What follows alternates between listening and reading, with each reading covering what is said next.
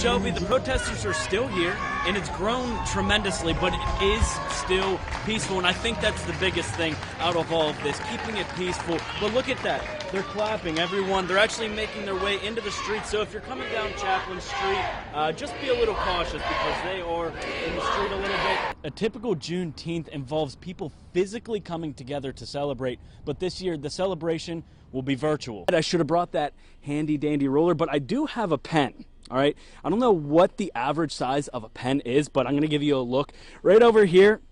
The pen, yeah, that's getting absolutely buried there. So if you look up the average size of a pen, it's that.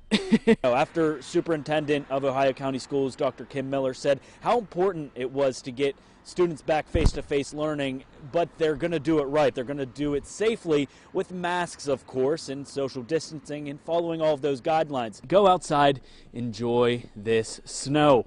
In Wheeling, I'm Stephen Ruffing, about to make a huge regret decision. Working for you. Now, if you can kind of see behind me, the back roads are a little bit covered right now. You shouldn't have many problems on the interstate. Those are pretty clear as the crews have been working all morning into the afternoon. But as the afternoon kind of goes on and as we head into the evening, that's when the snow is not really what we're going to be worried about. This is a super heavy snow, so if you have any shoveling to do, take it a little bit at a time. That's exactly what Lou Vargo says. Or you can just wait until it melts. That's coming in a day or two. Aaron will tell you all about that. But for right now, I'm in Wheeling. Stephen Ruffing, working for you. There isn't much that gets the blood flowing in hockey like a good old-fashioned goalie fight. That's exactly what happened last night when the Wheeling Nailers took on the Utah Grizzlies.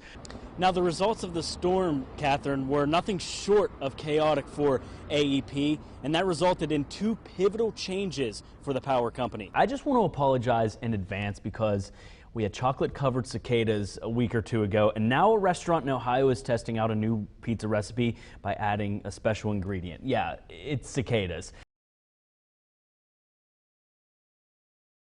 And good morning, everyone. Yeah, let's take a look at what's going on across our area. Starting in the Buckeye State, Ohio leaders say they have found possible voter fraud cases. The Secretary of State says a review found 62 possible cases. He referred those to prosecutors and the Attorney General. He says half are non-citizens who are registered to vote but didn't cast a ballot. The other half may have cast illegal votes in the 2020 general election. He says this is just a small fraction of nearly 6 million votes cast. The Better Business Bureau, serving Greater Cleveland, says con artists are taking advantage of the winter weather. The BBB issued a consumer alert for winter scams that might include driveway shoveling, furnace inspections, and calls about overdue utility bills. They also warned area homeowners to be aware of storm chasers and out-of-town contractors soliciting business. Back here in the Mountain State, West Virginia leaders hope the state's youngest residents can help with the state's opioid and substance abuse problem.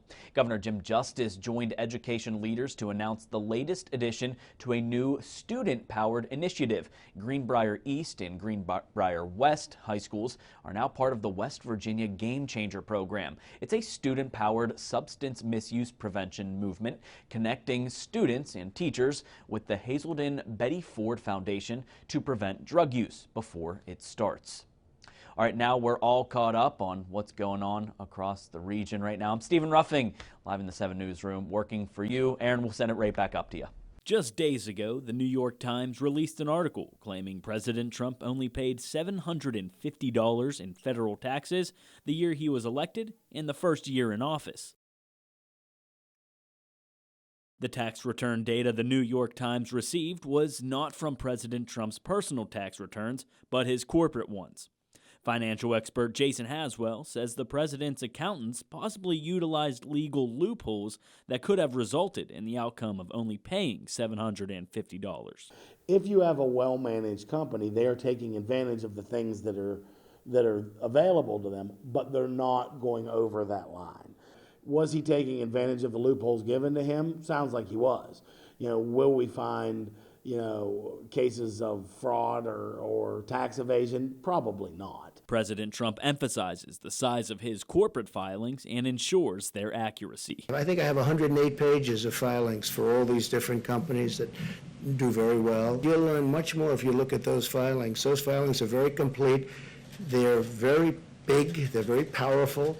They're very accurate. Haswell says the problem is we haven't seen these documents to distinguish a right or wrong answer. So we don't know what the expenses are, and we don't know exactly what they look like, and we don't know how much they were, and we don't know how many different corporations and all that. So I think if we could see the documents, it might be a bit easier to say, oh, these look legitimate or very similar to what the average business owner may file if they owned 100 different corporations or ran 100 different corporations. President Trump says he did pay his taxes and that you'll see that in his tax return, which is currently under audit by the IRS. It's under audit. They've been under audit for a long time. The IRS does not treat me well. He should have just opened them up from the beginning. As most candidates do, they give out their return. He did not want to do that. President Trump is the first president in history to not release their tax returns, and Haswell believes it may not be because of anything illegal, but what it might show about his struggles as a businessman. It sounds to me like he didn't want these out because it shows that he's not maybe worth quite what he says. The holiday season is officially here, and for Fisley's Tree Farm, it's the busiest time of the year. But what does that mean for picking out the perfect Christmas tree? Of course, it means masking up and, of course, socially distancing. But the tradition itself stays the same. Yes, we've been doing this for around 17 years, coming over to get our Christmas tree. Fisley Tree Farm is for new traditions as well, like Ken and Kay DeLoe, who are back at the tree farm for a second straight year. The tree we cut down last year, when we took it down, it was just as fresh as the day that we took it home. That was a great tree, best tree we ever had. And whether your tradition is going on 2 years or 17, new rules are now in place for a year unlike any other. We are asking when you're in our barnyard and in our barn and on our hay rides that you wear a mask. And our customers are the most fantastic customers in the world, and they're all adhering to those. Once they're out in the field and they want to document their tree cutting process, to go ahead and feel free to take their masks off and respect other people's space at that time. Following these new rules will ensure normalcy in making sure your tradition doesn't end. People are super excited about tradition. I think that a sense of normalcy is really important. We are looking forward to seeing all your smiling eyes at the tree farm. Wear your mask and come out and make new holiday memories and traditions with us at Fisley Tree Farms. And if there's one thing that you shouldn't procrastinate on, it's picking out the perfect Christmas tree. Reporting in Belmont, Ohio, I'm Stephen Ruffing, working for you.